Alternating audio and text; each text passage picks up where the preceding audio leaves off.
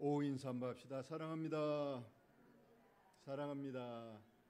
우리 많이 사랑합니다. 사랑합니다.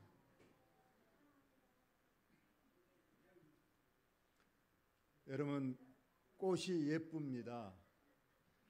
근데 꽃 중에 가장 예쁜 꽃이 무슨 꽃일까요? 각자 다르겠죠.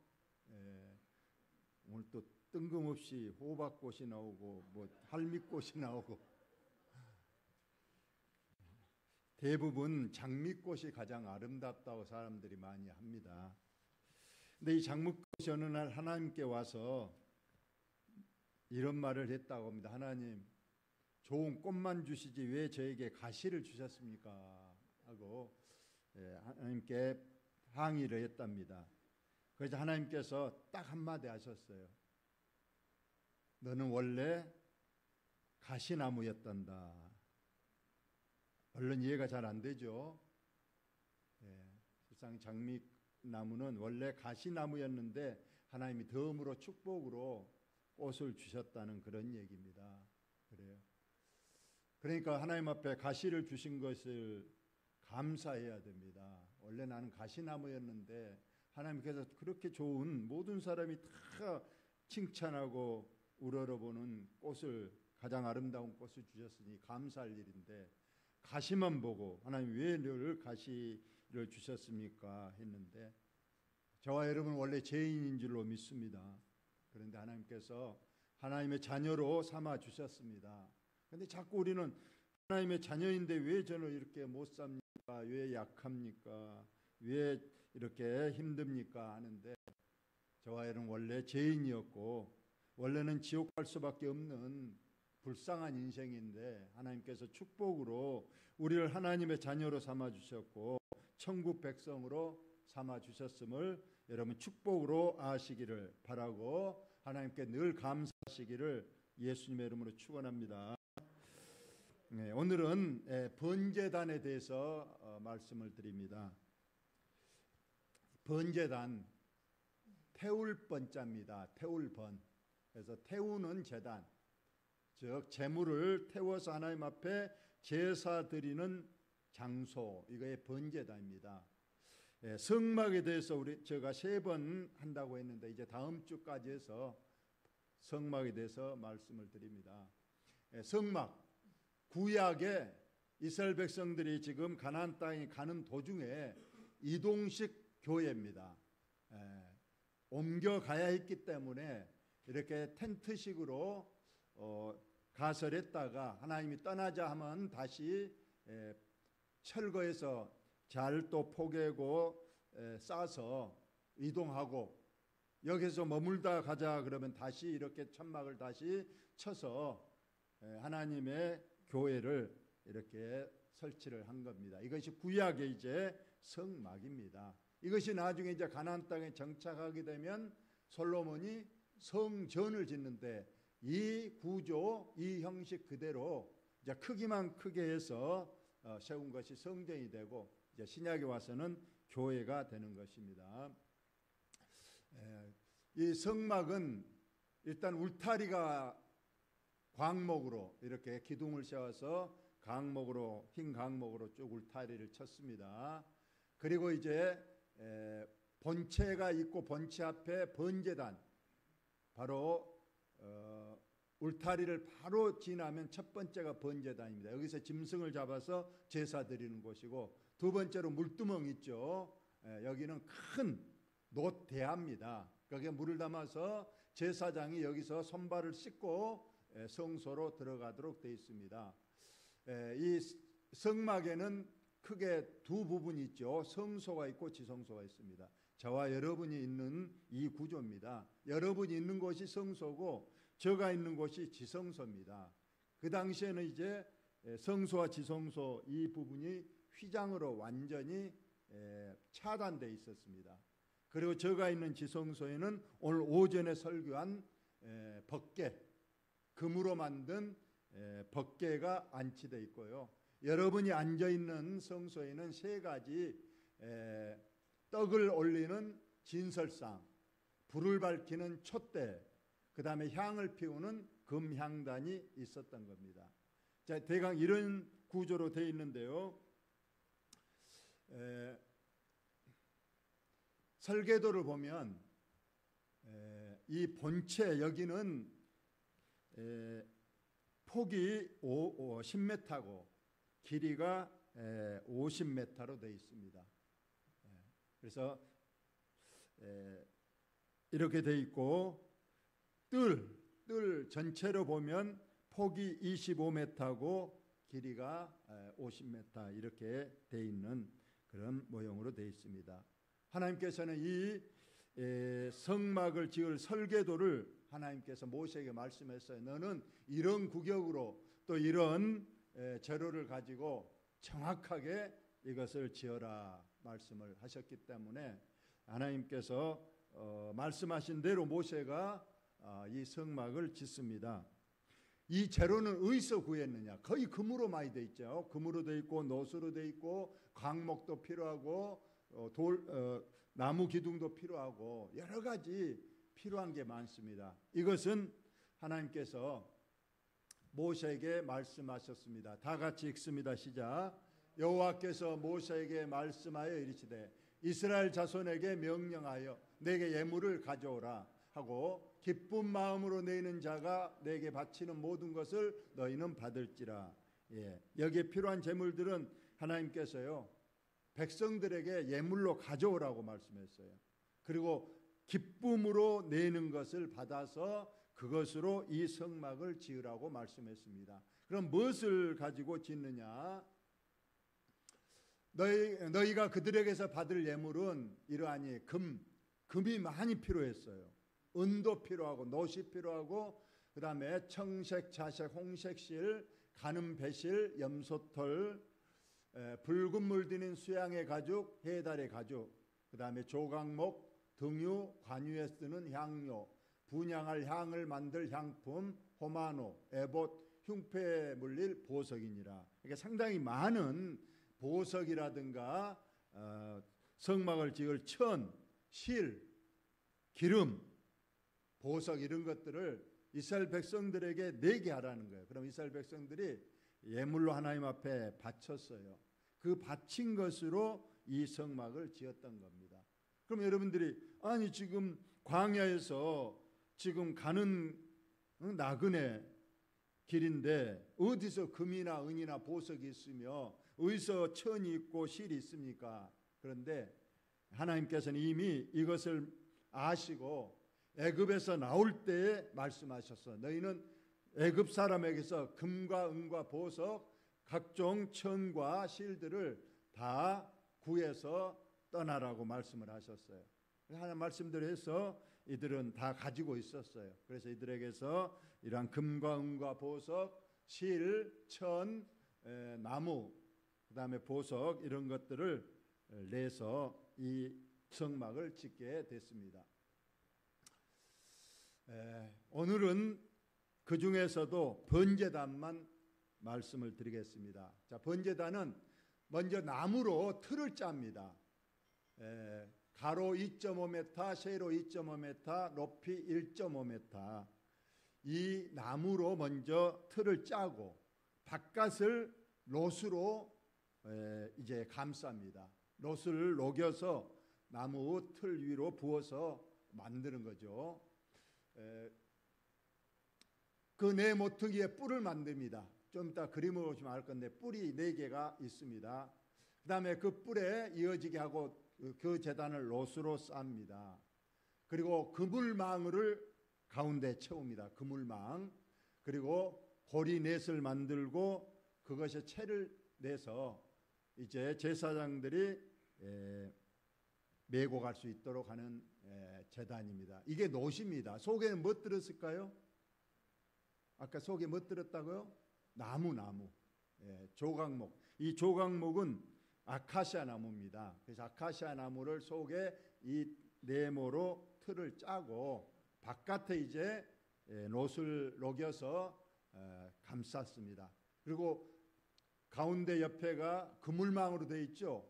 공기가 통해서 요 위에서 이제 소, 양, 염소를 올려서 밑에 불을 피우도록 되어 있습니다. 그래서 여기에서 하나님께 제물을 태워서 드리는 제단, 이게 번제단입니다. 가로 2.5, 세로 2.5, 그러니까 정사각형이죠. 높이는 1.5입니다. 이러한 크기로 이 놋제단을 만들어서 아까 뜰에 바로 입구에 들어가면 바로 맨 처음에 있는 곳에 이 놋제단을 설치하도록 그렇게 했다는 겁니다. 그래서 이곳에서 밑에서 불을 피워서 그 위에 제물을 올려놓고 불로 태워서 하나님 앞에 제사를 드리는 곳, 이것이 번제단입니다. 레위기에 보니까 이 제사를 드릴 때, 번제를 드릴 때요, 먼저 제물을 가져오도록 합니다.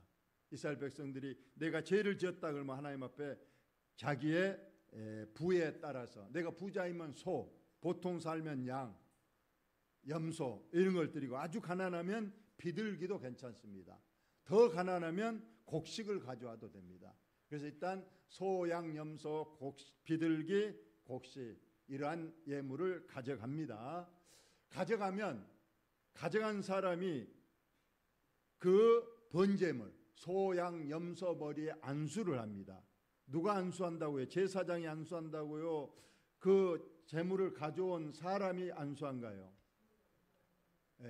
그 가져온 사람이 안수하는 거예요. 자기가 가져온 소, 양, 염소 머리에다가 손을 얹는다는 거예요. 왜 안수를 하느냐? 바로 자기의 죄를 그 짐승에게 뒤집어 씌우는 겁니다. 정가는 거예요. 나 대신에 너가 내 죄를 뒤집어 쓰고 죽어라. 이렇게 해서 안수를 하게 됩니다. 그래서 안수를 해서 거기에서 이제 소를, 양, 염소를 죽입니다. 그러면 죽이는 것도 제사장이 죽이지 않습니다. 가져온 사람이 죽이도록 돼 있어요. 물론 거기에 전문적으로 이제 짐승을 잡는, 오늘 옛날 말은 백정, 그 도살업자가 있었다고 합니다. 그 사람들 돈 얼마 주고 내 대신에 그 짐승을 죽여다오 해서. 여러분, 소를 죽이려면 어떻게 죽일까요? 우리 교회에 소 키운 분들 많으신데 소를 죽여야 될 거 아니에요.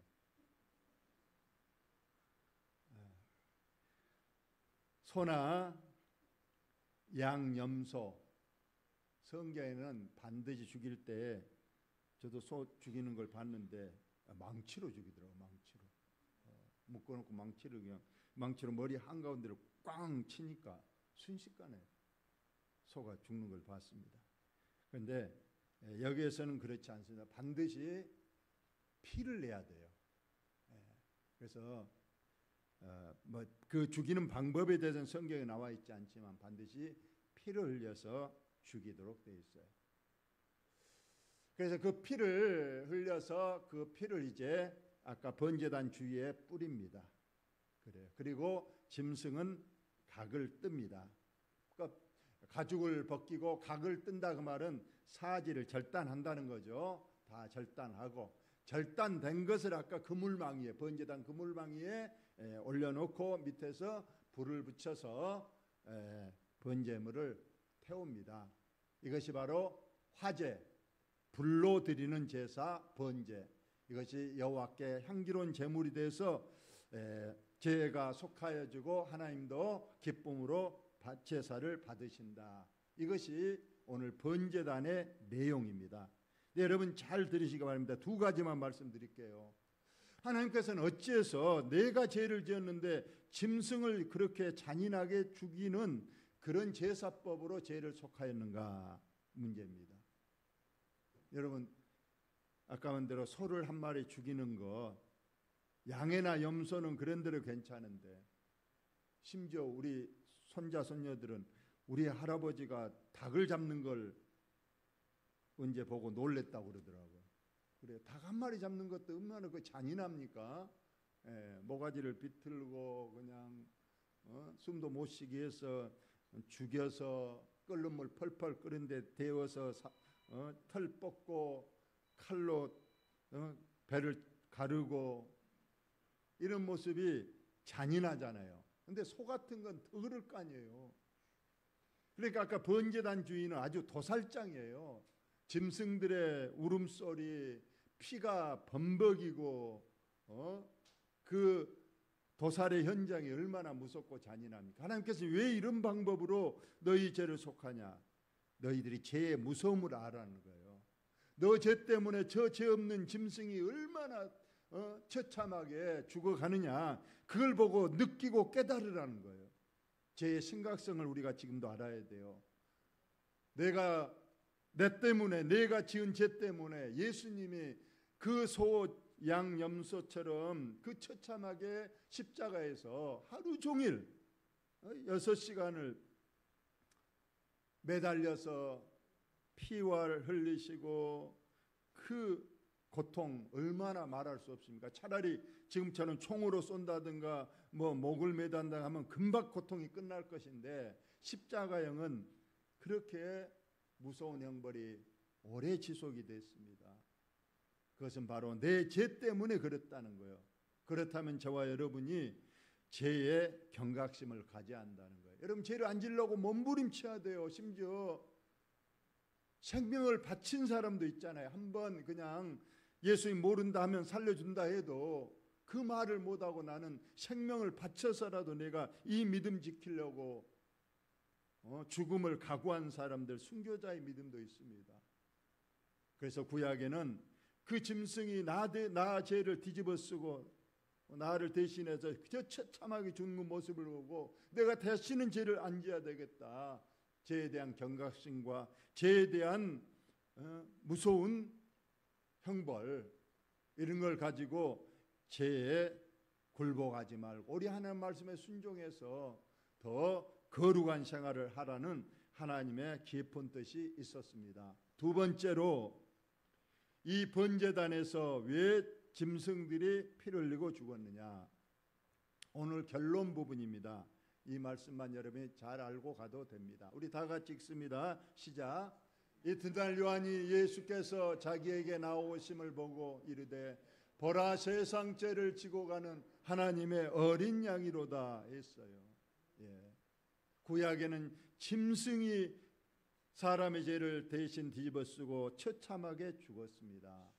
신약에는 그 소양 염소처럼 예수님이 우리 온 인류의 죄를 지고 십자가에서 죽으셨습니다. 이것을 깨달으라고 구약에는 번제단에서 이처럼 짐승을 죽여서 피를 뿌리고 그 육신은 제물은 불살라서 하나님 앞에 드렸습니다.